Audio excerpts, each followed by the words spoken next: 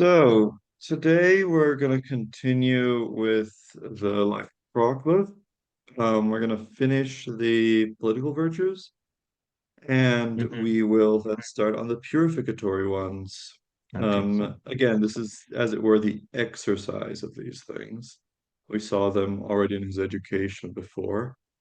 So last time we ended with the we came to the end of paragraph 16, right? So now we start with paragraph 17. okay, give me this is page 16, Page 17. 82 of the book.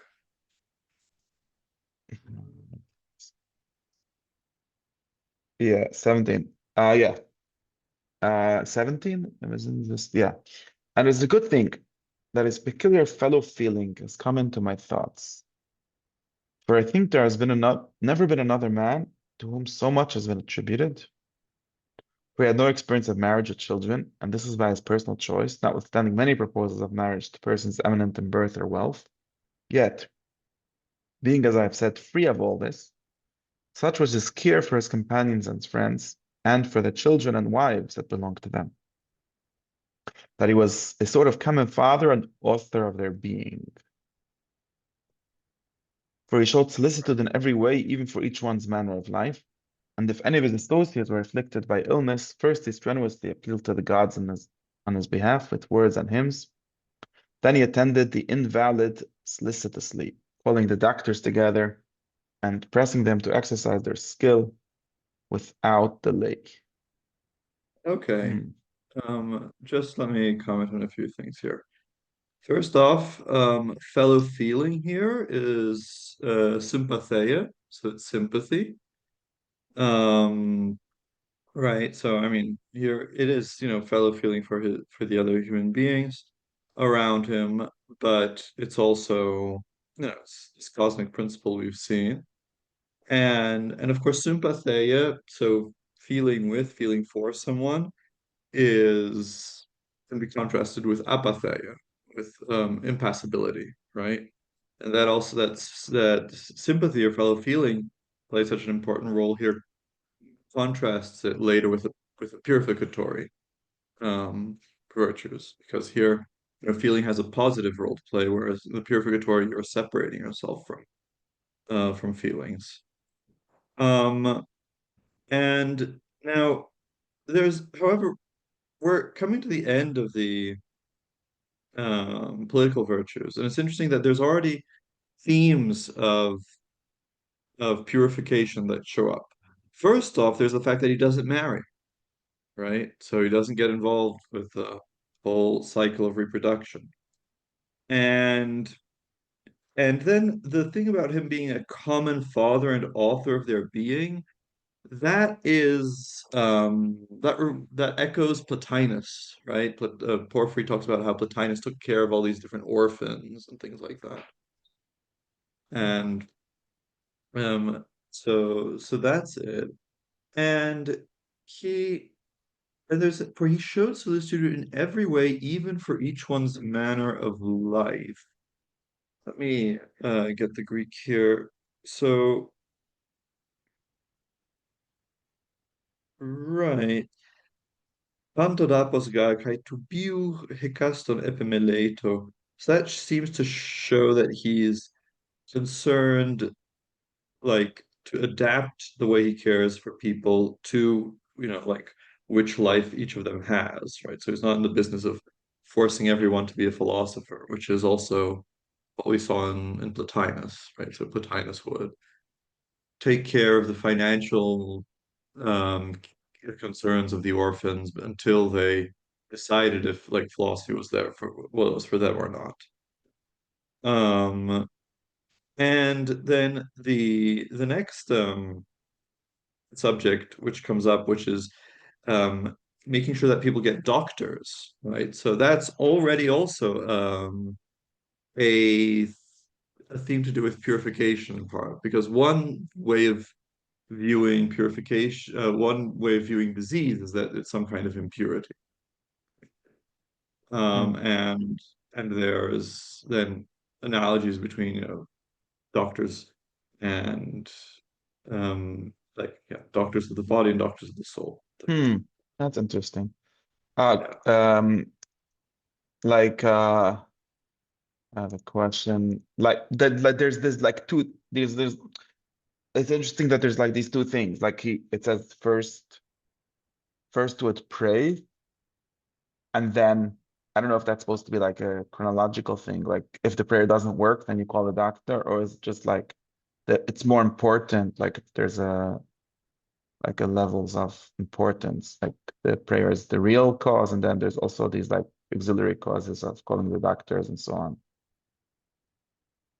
Oh, that is true. There's this first he strenuously appealed to the gods, and then he attended the invalid, calling the doctors together. Um, and hmm, yeah, it does seem to suggest that I'm not sure if it means that you only call the doctors if it doesn't work. I think it means rather that the first thing, it's like what's written in the Timaeus, that the beginning of any action, you're supposed to pray first.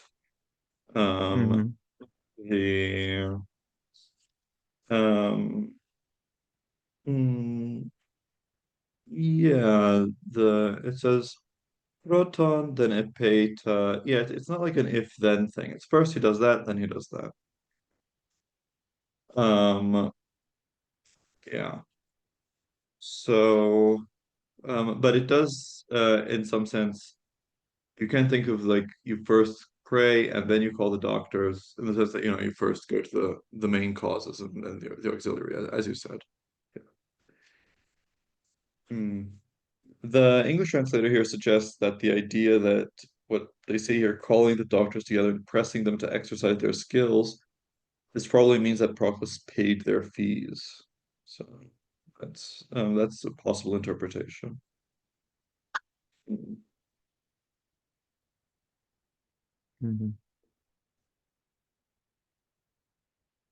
Yeah. And then there's the following sentence is a bit unclear. He says, and in these circumstances, he himself did something extra and thus rescued many from greatest perils. The and yeah, here it says, yeah, uh, that he suggested a different treatment, and that's how the French take it, peritoteron esegeto. Um, and so it's not clear what he's doing. Does he have medical knowledge and he's suggesting to do something else? Or is he supplementing the action of the doctors with ritual?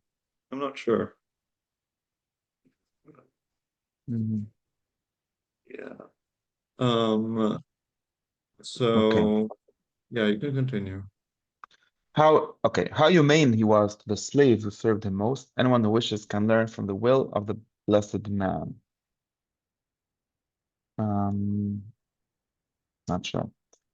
There's a will that I don't know what it is. Right, yeah, so it's odd that I guess Damascus doesn't, or sorry, Marinus doesn't include it. The yeah, so the will often uh s- will include, for instance, like setting slaves free or something like that, or maybe he set slaves free and he also gave them some property. Um, and but there's this fact that he has slaves, and this is part of the society at the time.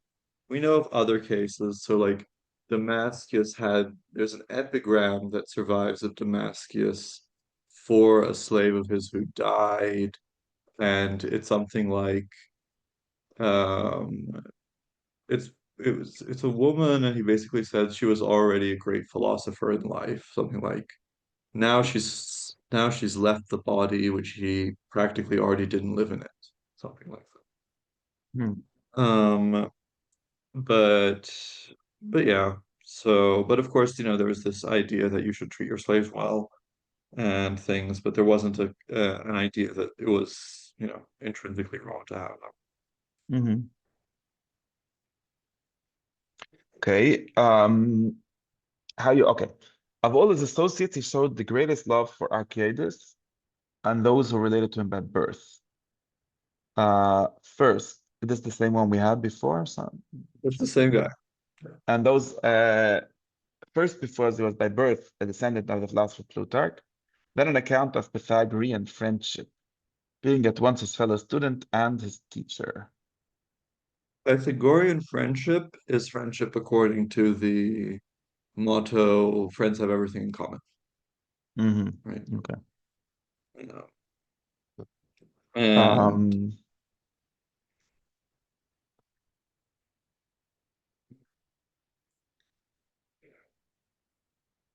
mm, and and right, and remember, like, both of them were taken up by Plutarch, and Plutarch gave both of them to the care of Cyrenus, and then Archiades went the political path, and he went the philosophical path.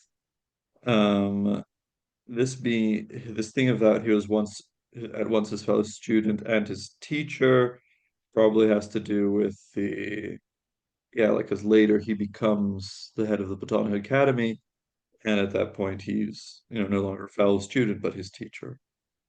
Um, and and yeah, I don't know. There isn't any detail here, but they were living together with Plutarch and then living together under Syrianus. Maybe I don't know for how long they lived together, but that would account for Pythagorean friendship. Um, yeah. Okay. okay. For of the two kind being at once for of the two kinds of friendship seldom reported, even among those before us, which are the two kinds, I don't know. Um, the friendship of these men seemed the more profound, for Arcadius was nothing that Proclus was not also, nor was Proclus anything that Arcadius was not also. Right. So the two kinds of friendship seldom reported even among those before us. That could be, you know, they suggest here, I mean, the English translator suggests friendship of sympathy and Pythagorean kind, but it doesn't really seem that that would be something seldom reported. Um, and it could be, Yeah, give me 1 second. I need to go on here. 1 second. Just 1 second. I'm check on the board. Story.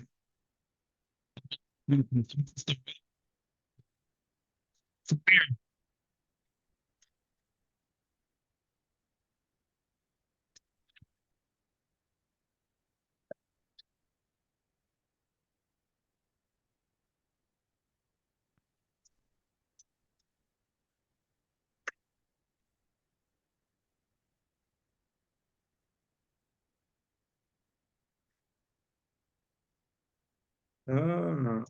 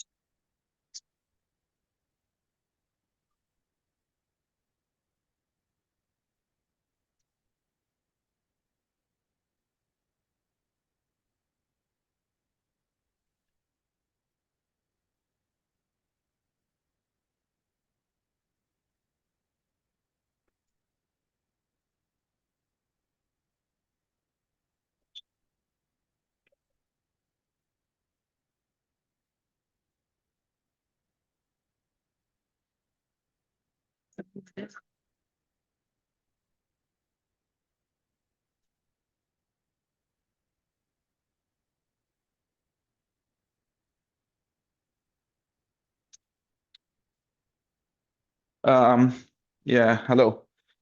Hi. Yeah, no, they're Um, doing construction and need some opinions and oh stuff. wow. Okay. So the French I'm fixing translator my has a my bad office eventually.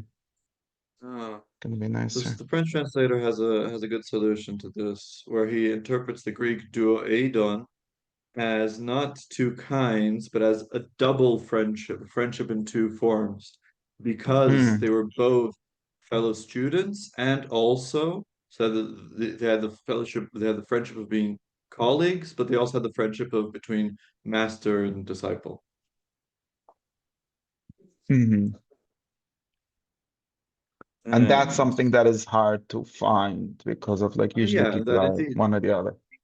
yeah, Okay. exactly, yeah. Okay.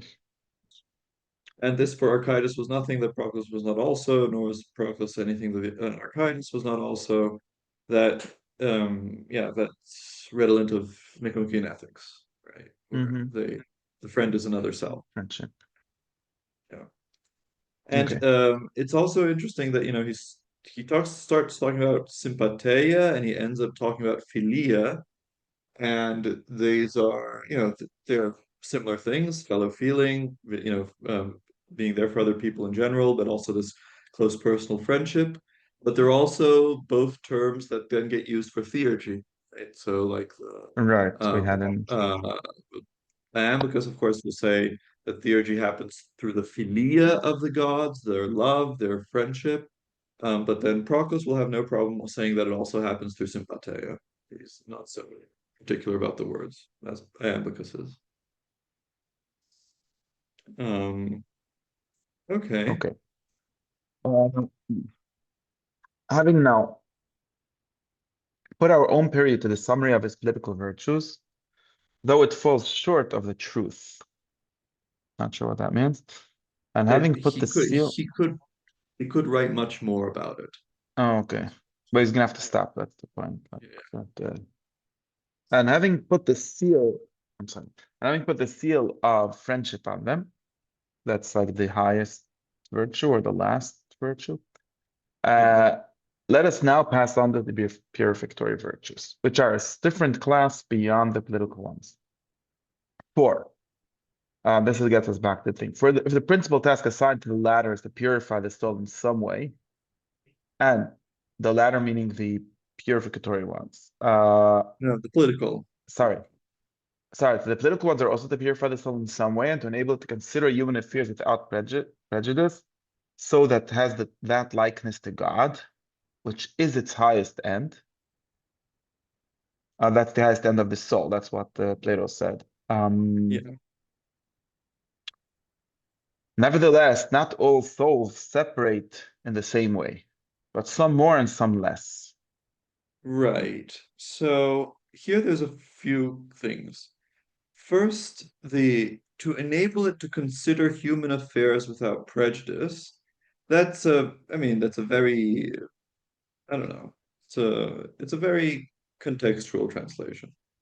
Um, in the Greek, it's more something like to exercise pronoia, to exercise providence over human things without a relation, asketos. So it means, to pronoe in Greek, to exercise providence means generally to do good to someone, to bestow something good on them. So the idea is that Proclus can do good for other people without getting involved, without getting, um, uh, without becoming dependent on them. And And of course, that's what the gods do, right? The gods, they do good, they bestow gifts, they do good things, but they themselves remain transcendent. Mm-hmm. And and it's interesting here that that Marinus is saying that actually the political virtues, they also purify to some degree, right? But the thing is that they purify it less than the others. Mm-hmm.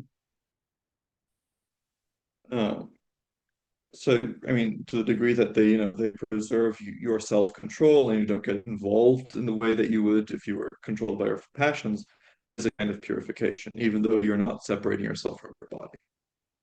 Mm-hmm.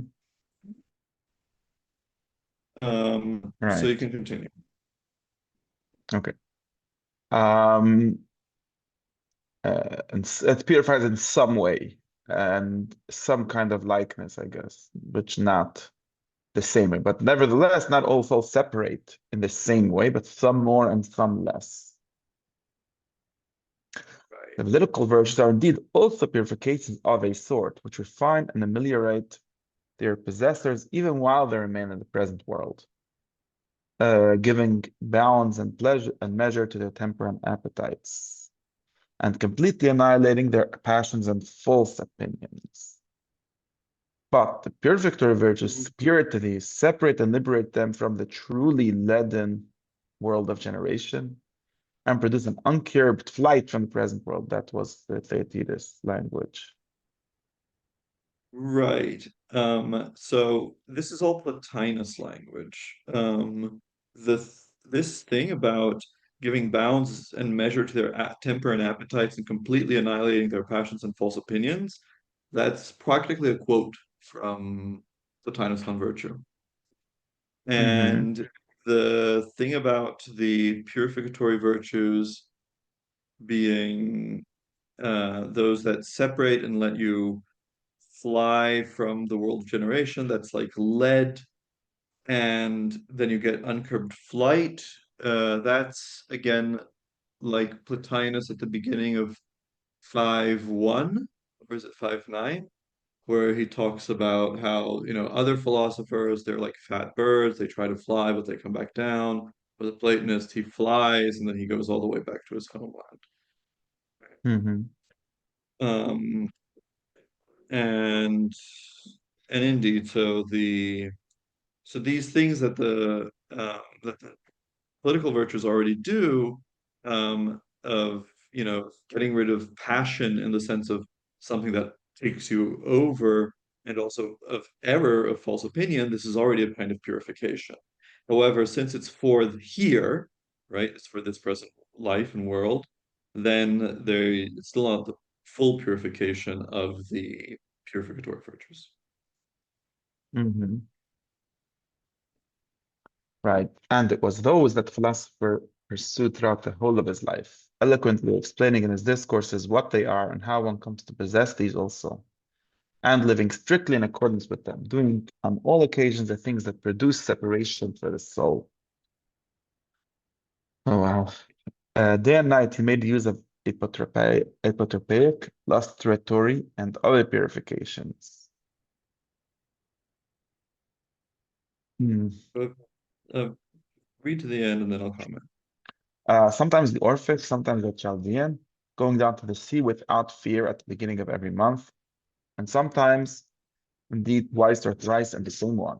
And this he did only in the prime of his life, but even as not only in the prime of his life, but even as he was approaching the evening of his life, he observed these customs unceasingly as though they were mandatory. Right. So a few things here.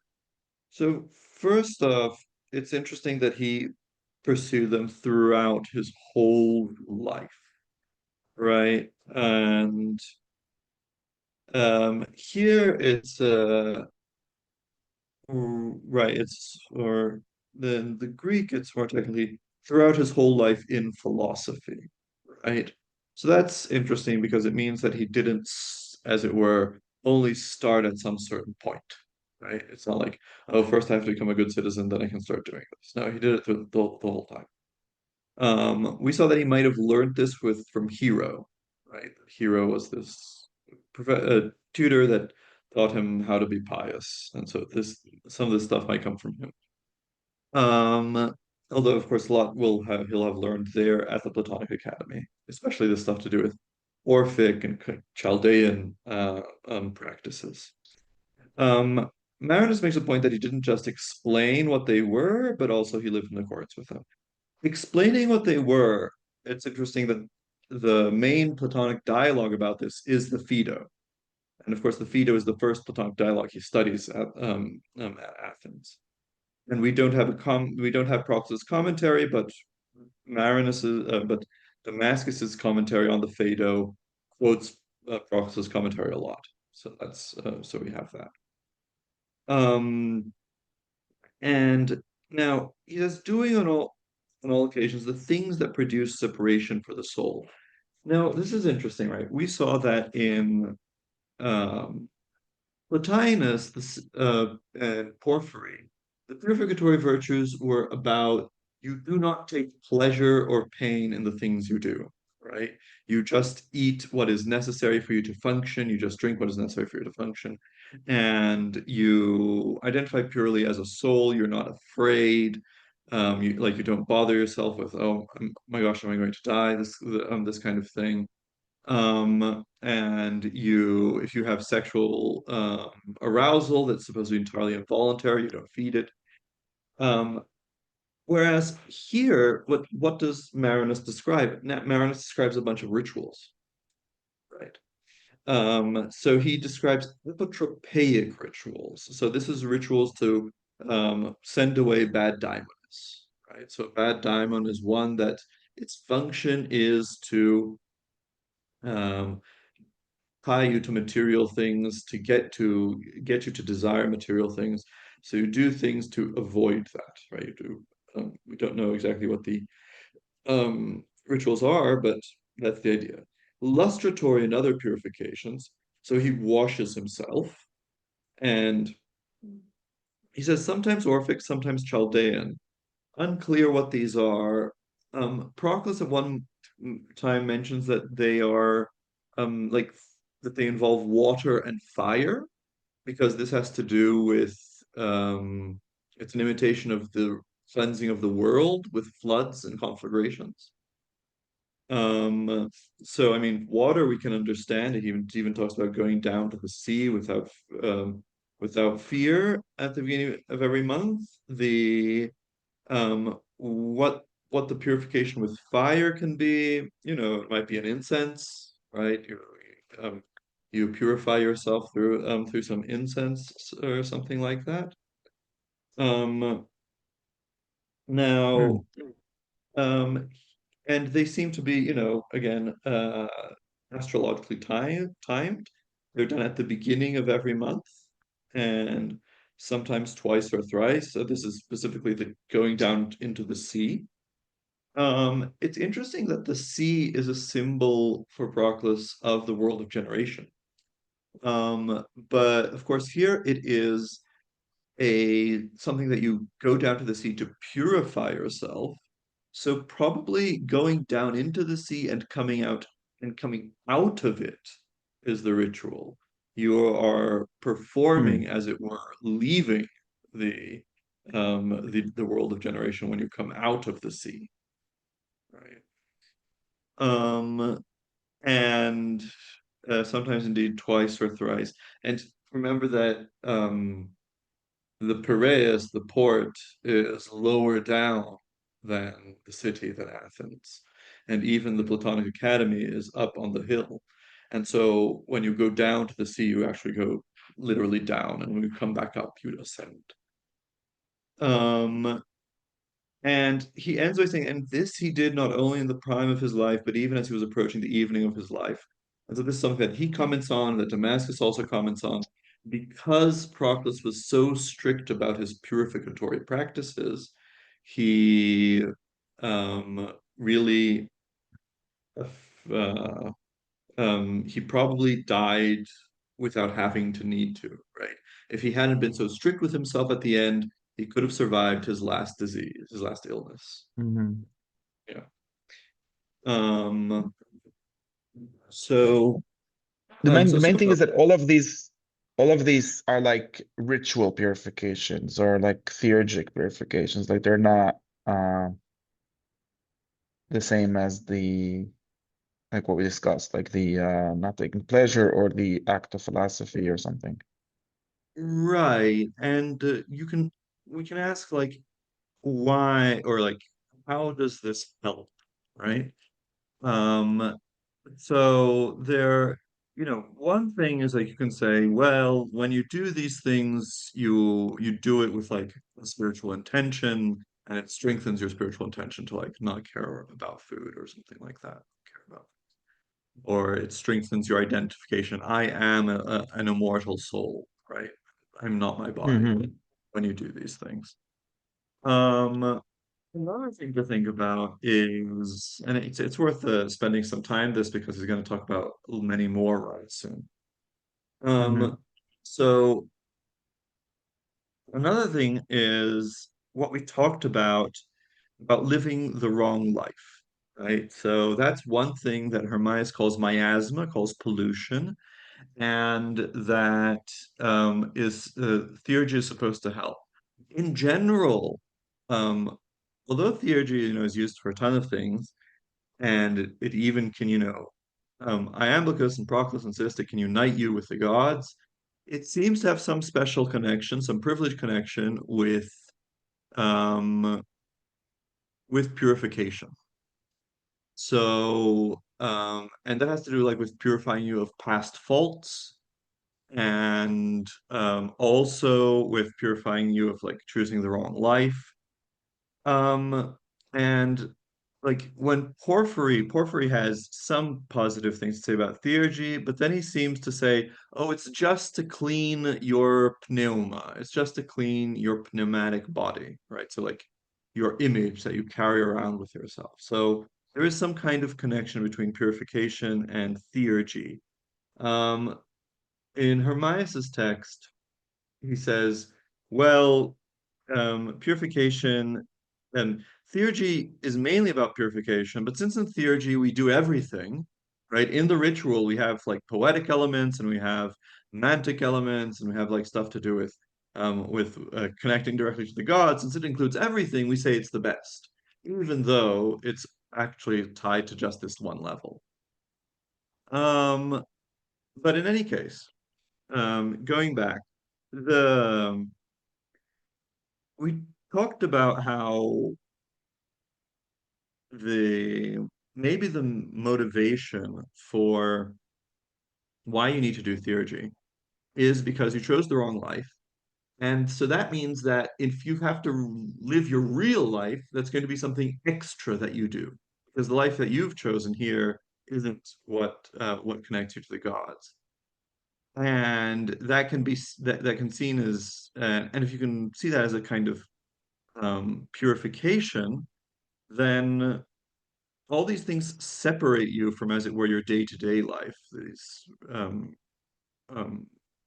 baths and things that banish demons and so on.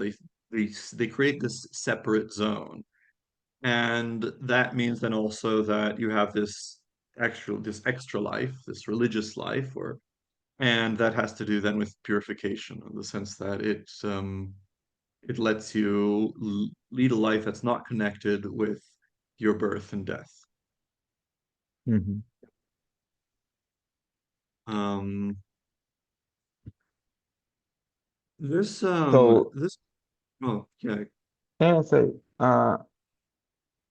this is like part of the general like I mean if you think of it as a kind of theurgy, then it's the general problem where like it would seem that if you're trying to escape the world by that, then you sh and then that should say just thinking or philosophy or something like that. But it turns out that you say, no, you need to use material objects, like even going to the sea, which is even like the opposite, the symbol of the world of generation, or whatever other rituals there are. These are specifically material things that are supposed to get you out of matter, which is like a paradox or something. Yeah, yeah. The you can say that it's there, yeah. There's definitely a tension here. Um, one way of right. This isn't a very Platonist way of arguing, but one way would be to say something like, well, whatever philosophy you do is going to be based on your experience. If in your if in your life you don't have the experience of a like a separate of separateness of something beyond your everyday job in life, then you're it's pointless to for you to do the philosophy, right? Hmm.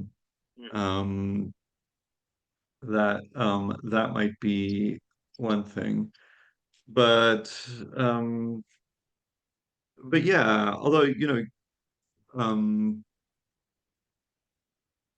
Plato says that philosophy starts by noticing these things that are contradictory, right? So like, oh, my fingers, they seem to be both bigger and smaller at the same time. This thing is both one and many at the same time. And it could be that there's there's also like a role here in purification or in theurgy for precisely this kind of contradiction that we're talking about of, oh, it's a material thing, but it separates you from material things. How does that work? Hmm. Um, it sometimes this isn't exactly connected, but sometimes I think that if philosophy starts with images, right, and the images are both like what they like things are like the form, right? Like so a an individual horse is an image of the form of horse, but at the same time it's very different from it because it's in space and so on. And philosophy, starts with this contradiction of this thing that's both universal and particular in a sense that's the universal. Sometimes I think that maybe what's in theurgy, you start with these symbols that are contradictory, not on a cognitive level, but on a value level. So the sea is both the locus of purity and also of destruction of generation, right? And somehow then engaging with these contradictory symbols is part of going up to the gods. Something like Hmm. we saw Iamblichus mentioned this in his dialogue with Porphyry as well. Something about how, well, it seems like the gods both prohibit certain sexual relations, but then they also cause them in love magic. And or the gods hate blood and death, but they also need it in sacrifice. So this kind of joint attraction repulsion, so this contradiction on the level of the will, might have some analogous role um, in purifying that the contradictions in the level of particular and universal in the level of intellect have in purifying our thoughts. We can even think Hmm. of that about that. We can because he Marinus used this traditional designation of cleaning the mind from errors of bad opinions. That's a form of purification, right? And it's something that Socrates uses this image, right? He says, "Oh, I'm purifying you of your bad opinions and so on." And again, how does that work? That's has to do with taking, uh, you know, it's not just correcting you, saying, "Oh, you have the facts wrong." So you have conflicting opinions in your mind, and then Socrates brings them out, and then you realize, "Oh, I don't actually know," and then you start trying to figure out what is true. Um, there might be then some roles specifically in bringing out maybe both, as it were, horror and attraction in relations with material things, and that should then, as it were, purify your affections or something like that. Maybe something I'm being a bit speculative here. But, Hmm. There's that this whole like anthropological thing where like supposedly ancient peoples have like a confusion between the sacred and the profane, like the same words used for both, and same kind of like you're not supposed to touch the two holy things. You're also not supposed to touch the two profane things, and that might be the same thing. Yeah, yeah. Or like sometimes it's phrased that way. Sometimes it's phrased in the way that things that are sacred are both forbidden and also necessary, right? And both commanded. And so it seems that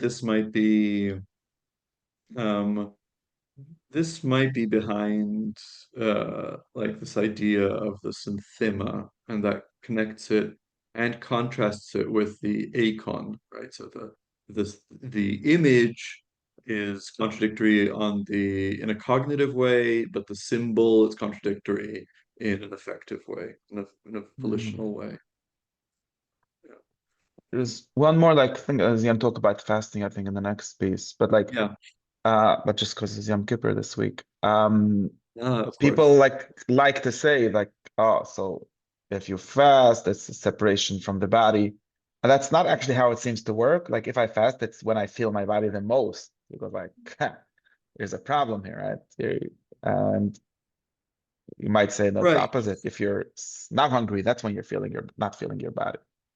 Well, yeah, that's also um yeah, what does it mean to feel your body? It's also something like sometimes there's a novelist, Don DeLillo, that in one of his texts, one of his stories, The Body Artist, there's a moment where the main character's reflecting and they have to suddenly run to the bathroom, and they said, this is like the moment when there's no mind over matter because like it's indisputable that the body's commanding you. So you have to go to the bathroom. But, going to the bathroom is actually the body asserting that you're not just matter, because you eat and you drink and you absorb a bunch of stuff, but then the body says, this stuff doesn't belong to me and has to expel it. And so although it's a very strong bodily feeling, it's a very present bodily feeling, actually it's the body behaving as something that has a form of its own. And as a form of its own, it's not just matter, and it repels some matter. It has to get rid of some of it. Um, in the case of It has a fast, limit. yeah, there's a limit, right? Whereas, you know, and the in the case of fasting, you can say, yeah, it's you're tired and can't focus, and you're hungry and things like that. And so the body is very much present, but again it's the body saying no. It's a limit as well. Um so so I'm not sure, but yeah, so he's, and of course, like, people go through fasting, and one of the things that fasting teaches them is that actually it's possible, right? So like I have a friend who he told me the other day that he decided to go on a 5-day fast of just, drinking juice and soup for 5 days. And then he like realized, like, at first it was very difficult, but then he was like, normally all the time he thinks I'm gonna have a snack, I'm gonna have a snack, and then he realized, oh, you don't actually need this. And so although you do you are more the body is more present to your mind, but it controls your actions less, in Mhm. these situations. So, um, yeah, that's a question. And It and does and seem to be fast, more complicated than the simple thing of like I'm separating from my body. There's a yeah, lot more going on. there's a lot more going on than just I'm separated from my body. And also, the fasting was already mentioned by Plotinus and Porphyry. Remember? So there it seems, it's a general thing of fasting can teach you that, exactly what you need to survive on your like what your body needs to eat, and it also shows how much of the desire to eat is actually like, well, to put a bad word on it, it's gluttony, right? You just want to eat because it's nice to eat and they taste nice. Hmm. Um, so yeah, why don't you continue and then we'll Okay. talk more. Okay. So there's 19, right? Yeah. Okay. As for the Yeah, necessary pleasures that arise from food and drink, he treated them as a way of avoiding illness, right? Uh, so that he would not be encumbered by them, for he gave them little attention. This is like a languages that we have, like food is just a kind of yeah, medicine. yeah. For the most part, he made it a rule to abstain from living creatures, and if some pressing occasion called on him to eat them, maybe for sacrifice reasons, he merely tasted them, and then only for the sake of piety. Exactly. So he was vegetarian, but he would taste meat at a sacrifice. That's the thing. It's interesting, this Mm. pressing occasion, right? So it doesn't seem to be something regular. Um, so yeah, I'm not sure. It could be then so that there are certain situations that are very serious and call for an animal sacrifice. And then he'll do the animal sacrifice, but he'll just taste it for the sake of fulfilling the ritual.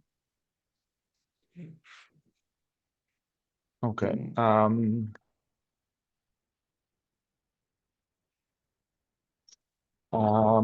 For the most part, yeah. Every month he celebrated the rites of the Great Mother, of which the Romans, or rather the Phrygians, before them are devotees. What's that? Something. So, right, the Great Mother, Cybele, who she is connected with purification because her priests were eunuchs, right? So they castrated themselves. And this was taken, I think we have a commentary by Damascus on this, which interprets, castrating yourself as separating yourself from generation, Mm, and from the forces of generation. And that is the, and so that might be why this is mentioned here, why they're mentioned here. Oh, right. okay. And this reminds me that the footnote reminds me that we actually, in the what might be the house of Proclus that was found, in an archaeological dig, there was an image of the Great Mother. So he had an idol of her. Okay. He was more careful in observing the unlucky days of the Egyptians than they are themselves. You know what these unlucky days are? Right. So it's like days where you shouldn't do anything, right? Because it's bad to Hmm. do it. The Egyptians had these, and the other cultures had them too. They're lucky days and unlucky days. They're in part associated with some astrological ideas about the decans, and yeah. So he's saying he's observing these um, Egyptian rituals about what days you shouldn't work and do things, and he's doing it more than themselves. Part of what he's Part of what Marinus is listing here is he's showing how Proclus takes on the purificatory customs from a bunch of different groups, a bunch of different peoples. Mhm. Okay, and that's part of the like thought of the philosophy being like a universal, the something like that. Yeah, yeah, we're gonna get that quote in a second. Okay. Um, for it went without food on, yeah, on every old and new. I don't know what that is. The beginning of the month. Yeah, Um, not even having dined the previous day, just as indeed he also performed conspicuous and holy rituals at the new moons. right. So it seems this is contradictory. It can't be that he fasts on the new moon and that he has conspicuous uh rituals on the new moons. I um or right, no, so at the end of the lunar month, he fasts. Mm. So right before the new moon, he fasts. And then at the new moon, so at the appearance of the first appearance of the moon, then it's a great feast. Hmm. That's Um, interesting. Okay. um, and that might have to do something with, the moon disappearing is like it dying, and then it appearing again as being born again, and you celebrate that. Hmm.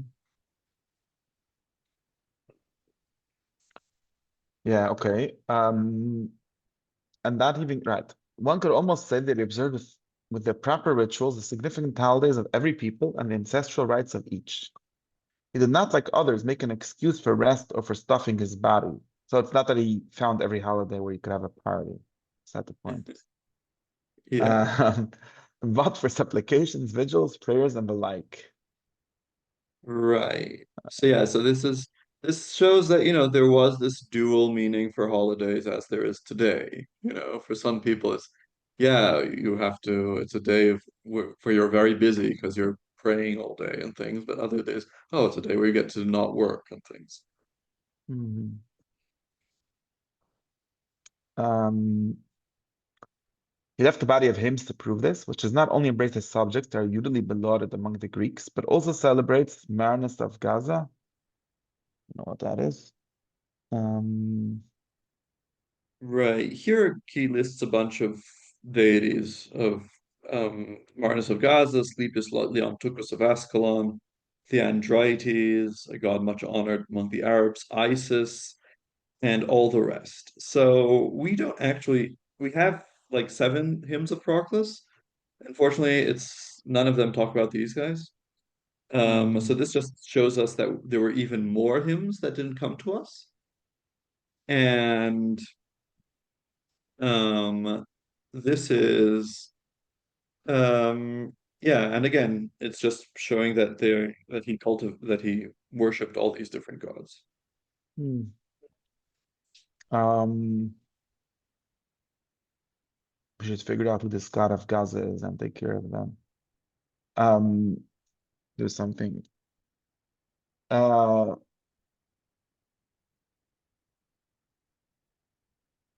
interesting. Yeah, Interesting.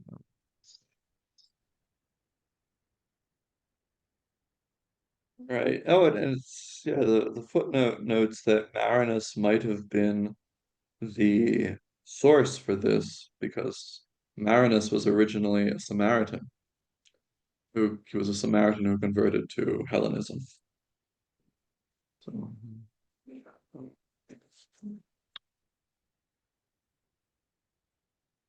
Okay. um The god much. Okay. So no, and Isis who is still honored in Philae. Another thing. That should be Isis, right? And the word all the rest. right. All the rest Um, of the gods. Yeah. for one maxim that this most God-fearing philosopher had always at hand and was always uttering was that the philosopher ought not to worship in the manner of a single city or in the country of a few people, but should be the common priest of the entire world. This is the thing. And thus he Yes. practiced self-denial with a purity befitting holy things. Yes. Um, oh, okay. Apparently Marnus was the main divinity worshipped at Gaza. There was a temple called the Marnea there. And we know it because of Christians who lived there and they talk about it. Um, yeah. But yeah, so this is a famous thing about about being Hmm. the Hierophant of the whole world. The the Hierophant is the person who shows the sacred thing, right? So, font is from cognate with phenomenon, with appearance, and hiero Mhm. is from sacred, hiero, and that's interesting. So the it's specifically that the the philosopher he will that he's the person who shows the sacred things and reveals them. This this probably connects it the to his contemplative activity. Um, but that's interesting. Um, and although this is something that I want to comment on, that this whole description of his activities is all inside the purificatory virtues, right? So it seems that all these activities, even writing the hymns, is part of purification. Why? Well, it seems because, like it's what you do on a day of that you don't do anything else, right? Because as they say, they don't make these an excuse for rest or for stuffing his body, but for supplication, vigils, prayers, and the like. So that's a sense in which, even though, for instance, a hymn can very well be a contemplative activity where you're, contemplating the God, thinking about their attributes, and even, philosophizing about the content of the prayer. It's still purificatory because it's being done instead of regular activity, right? Suspension of regular activity. Um, Mhm. okay. So, and this all, and it probably has to do like in these things with there was also fasting on these days. Hmm. Because that's what the paragraph started with, a description of. Is there some like what's the like I get the thing like a philosopher is someone who's interested in the whole and therefore should not be the worship in the manner of a single city, but also this common priest language, but also it seems like the whole point of these different cities having different gods and so on is that there's this particular kind of thing, or the daimon of the city, or the god of the city, or whatever. And then it Yeah, doesn't really like the point of life would be to escape that, not to worship all of them. right. Um, so yeah, so there's hmm, it's true, although it's unclear. Well, if you're worshiping all of them, you're in a sense escaping it. Hmm. Um, it's also, it's unclear what what Proclus is doing here. Like, is he being syncretic? Is he mixing things? This is, a concern that we have that the Greeks didn't, have about syncretism. But so that's one thing. There's also a suggestion in Hermias that the local city cult is prescribed by the laws of the city, right? Usually it's part of the laws of the city, what you have to do. And therefore, it's the theurgic equivalent of writing poetry with technical proficiency. It's an art. You know the laws, you know what you have to do, and you execute them. But there's no inspiration in it, right? And no one's a great poet like that. So there could be an idea that you have to go beyond that. And that might have to do with writing your hymns, right? And not just doing what others do. Um, what the lost my page here. The W- Proclus, of course, he also worships higher, like the gods he worships are universal gods. Often we find that in his hymns and also in his commentaries on. on Plato that he's not just worshiping his local um uh his like he's not just worshiping Athena. Um and yeah,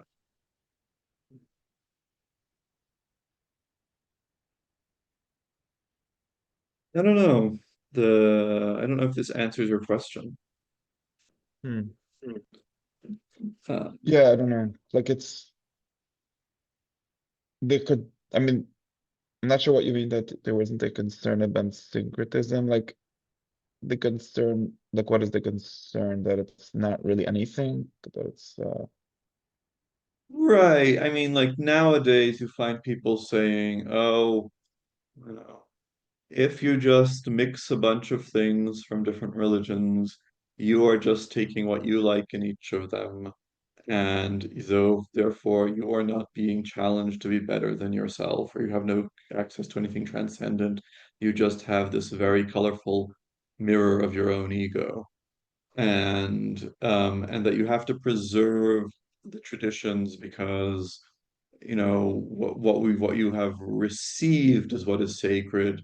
If you mix it with other things, that's an initiative of yours, and you're no longer purely receiving things. That doesn't seem to be a concern here. First, doesn't say anything about Proclus mixing the rites, but it does say that he's like observing many calendars at once. He observes the Egyptian calendar, and he observes the a Greek calendar to do with new moons, and he has different, so he's observing many different calendars. Um, and there's no suggestion here that this is somehow his. That's interesting. There's no suggestion that in the caricatures I just described that this is in any sense an initiative of his or anything. Rather, he just recognizes a bunch of, you know, he just recognizes, oh, there are all these gods, and I should pray to all of them. Yes, that's the sense in which he is. Oh, I just realized Marinus tells us, I think he hasn't told us yet, but he tells us that Proclus did something like he wrote 700 lines a day. And people are always amazed at, like, my gosh, this man's a machine for writing. But we haven't really taken into account that he takes a lot of holidays. And I mean, I'm sure like the holidays are very intense for him and he's praying and things, and it's connected with his philosophy. But it means that hmm. although he's writing a lot when he does, there must be many days when he's just not writing at all. Hmm. Um, That's the because he takes secret.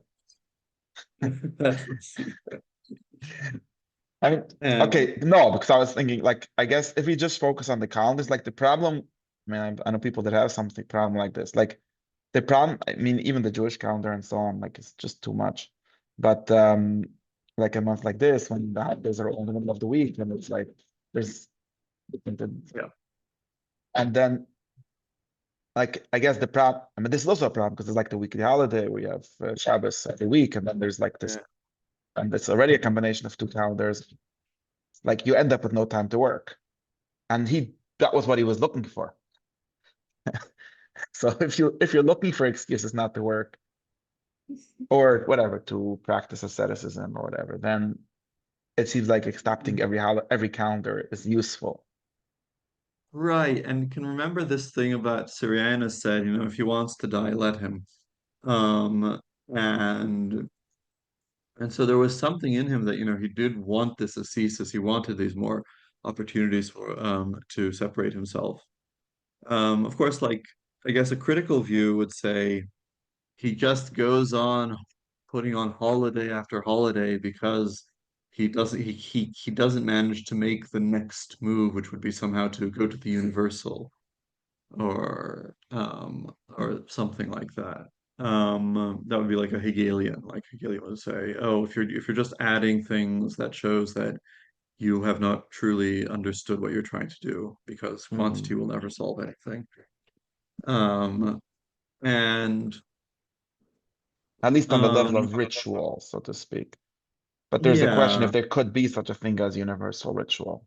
Like that is the singing Beethoven question. isn't And I that. think, yeah, and I think that for Proclus, there, I mean, there are some gods that have, more universal, um, that that cause more universal things than others.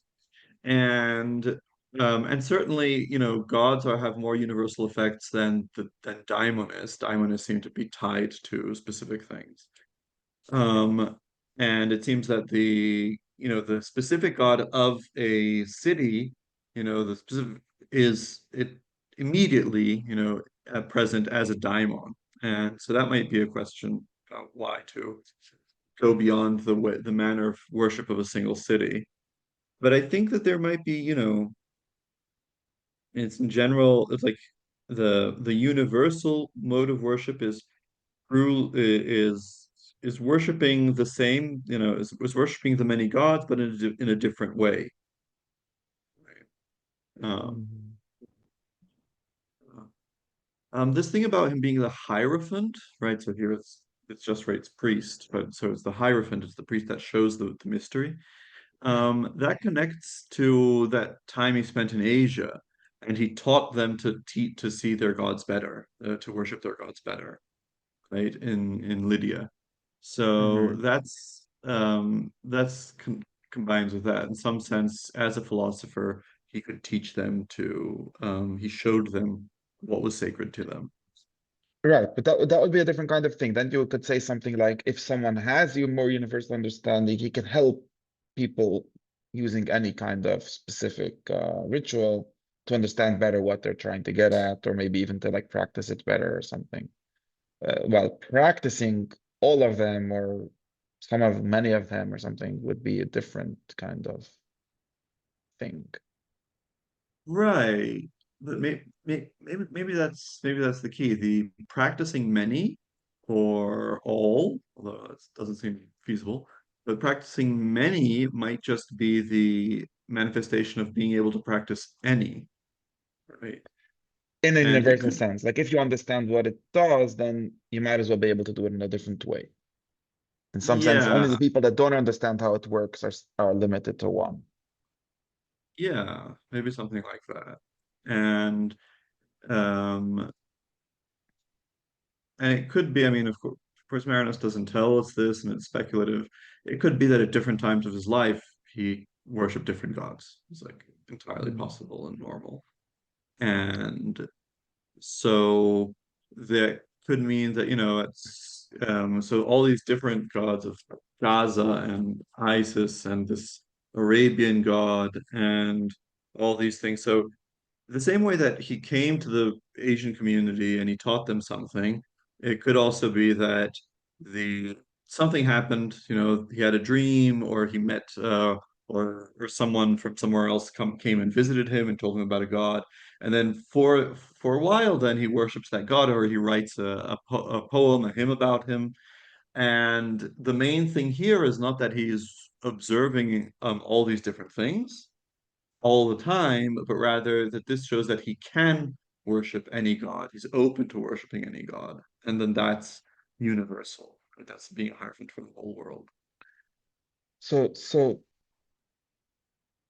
like there's a like in the modern like I guess 19th, 20th century already, there's like perennialism or whatever it gets called, uh, uh, heresy of universalism, which says something like there's one God or whatever you want to call it, but there's doesn't really matter how you get to it, and all religions or all kinds of techniques or whether they're revealed or man-made or something, but they're all just like getting to the same point. And that's sort of the thing that gets criticized as like, okay, so now you're just flattening everything to whatever Protestant no numinous experience or whatever you think religion is about. And Right. and That, really something, I don't know. And then I guess there is like an ancient theory that goes like this, or like I'm not sure if there is. yeah, so that doesn't seem to be implied here. There doesn't seem to be.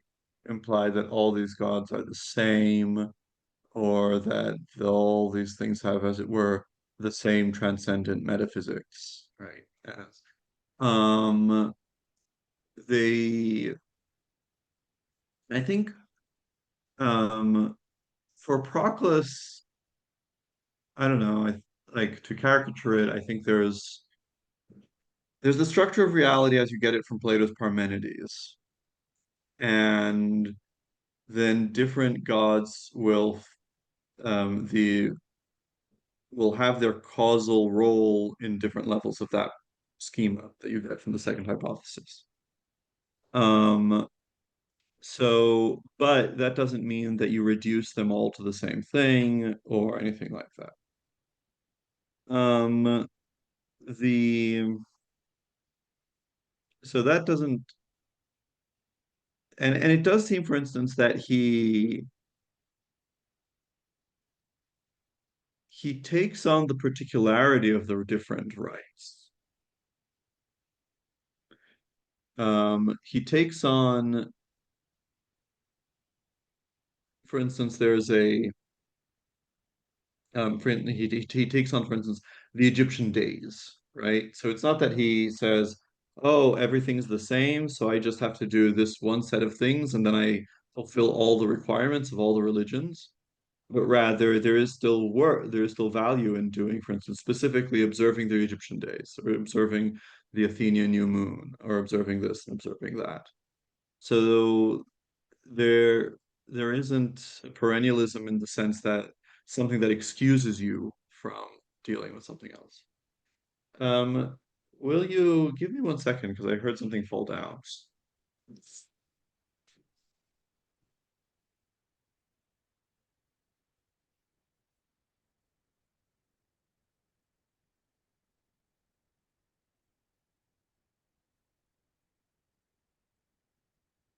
just the wind again. Mhm.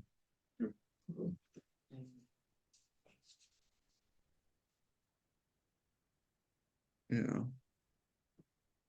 Um, Okay. okay. So another theory, which is, I was reading Ibn Ezra seems to say that like I don't really know what he then really thinks, but he says like interpreting language of like the god of a place, or even the language which we have foreign gods, and like it's why is it foreign gods? Oh, because each place has its own god, and what you need to do is worship in the way that's proper to that place. So then the theory would be that the biblical God is really just the God of the land of Israel, and it seems to be a real question, like why you'd worship him outside of it, and so on.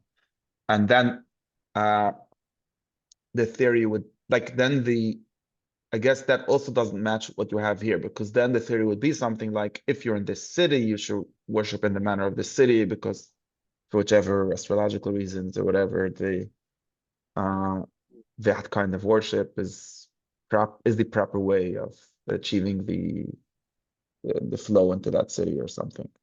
And then it seems like Precisely. it wouldn't work somewhere else. But he is sitting in Athens and doing Egyptian worship. Right. And I mean, of course, this is a very Christianized time already, but it's important to know that there's like these in antiquity, these cults spread around. So, for instance, the Great Mother that was mentioned, she was worshipped in Rome. Isis, was worshipped throughout the whole Mediterranean. So there were, Greek culture and Greek gods made it all the way to India. So these things were not so bound to one place. Proclus does have a discussion in the Timaeus commentary about, how certain places are dedicated to certain gods. And he says, well, that means that, they're the like prayers and rituals to do with that god will be more effective.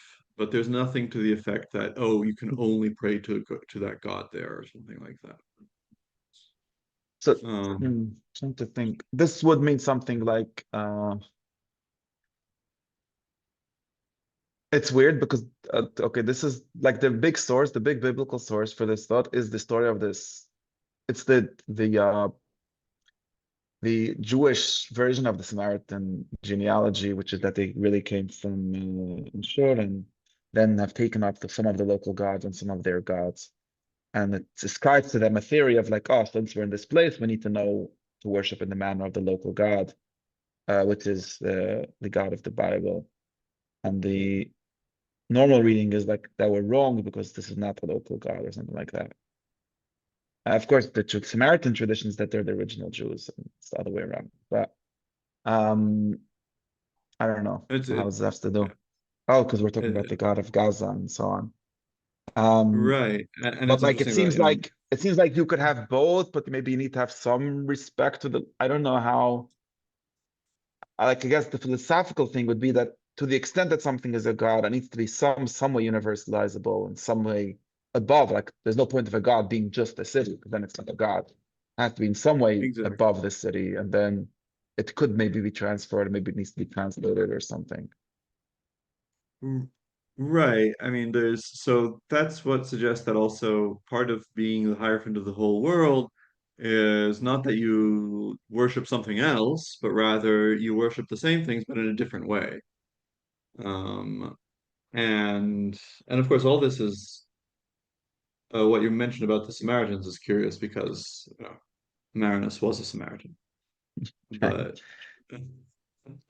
And like, I mean, like um, Jews and Muslims have this thing where they pray towards a specific place, and it's which is right. weird. Like, what is that all about?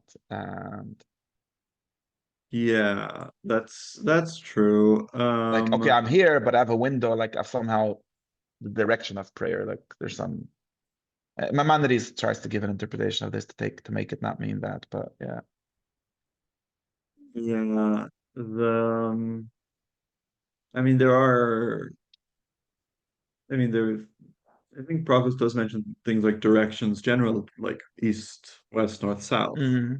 but towards a specific place, I don't remember if he mentions it, but I mean it wouldn't be weird to find a Greek custom like that. But yeah. Okay, okay, but Um, maybe we could say that this is just some like function of the like how do we call it? Like some kind of globalization where like if you could speak the language and if there's all these like roads and commerce and like prayers might as well work in the same way. Like if there's a mail system which traverses the Roman world and something like I could send my prayers through that too. Like if the like by the theory that the at least um, yeah that like, at least people's pictures of religion work in the same way as their culture, and then culture is never that right. local, but especially when you have like a universal world, there's an empire and stuff, then there's still a Yeah. center, but there's like all these ways of moving through it. And the thing, and of course, there's something very striking about all these gods is that none of them is is the Christian God. So there is a kind of like universality by exclusion here. And of course, there is like a sense that the pagans have a greater consciousness of their unity because of the opposition of Christianity, right? I mean, And there definitely later are like there's Christian syncretism with all kind of things, like people that r- yeah, but like here it's notable by its absence. I'm like reminded Jesus is just one actually more that God. there's yeah, I'm reminded actually that we have in another author, what's his name? It's not Longinus, it's not it's someone who wrote about the months, Dimensibus. But anyway, from this is our only reference of Syrianus and Proclus talking about the God of the Jews. And there's just one line, and it's something that says, and it's something like they called him the God. They thought he was the demiurge because he was the God of the four elements. Hmm. Um, but of course, it's the same word in Greek for element and letter. Hmm. So that's the so he might they might That's have made weird. uh, and so they might have learned or heard something about. it being about the tetragrammaton, and then associated that with the Mhm. four elements. Well, And there then, is a at least interpretation of it as referring to that. So yeah. yeah, so maybe But that's like, what they heard and something like that. Um, hmm. um, and well, associating him with the creator of the world is not so far-fetched.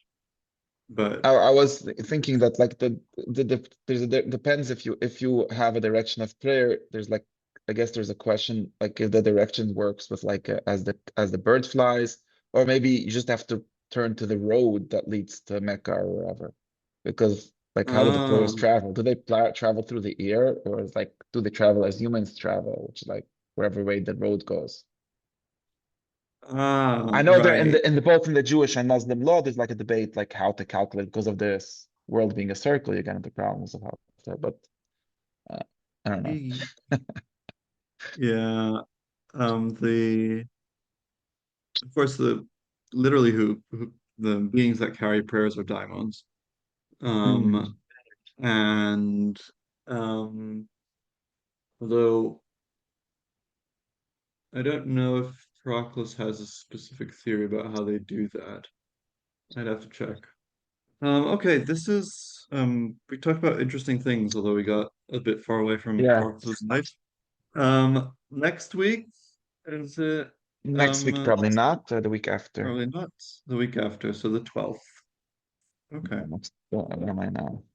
Next week? No, maybe next week. 1 second. I'm sorry. What's the day?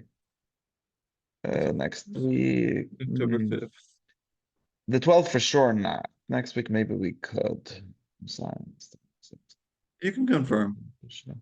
Let you know. The 12th for sure not. Next week depends if it should be possible, but depends on. Might be very busy. Okay, thank you. Okay, thanks.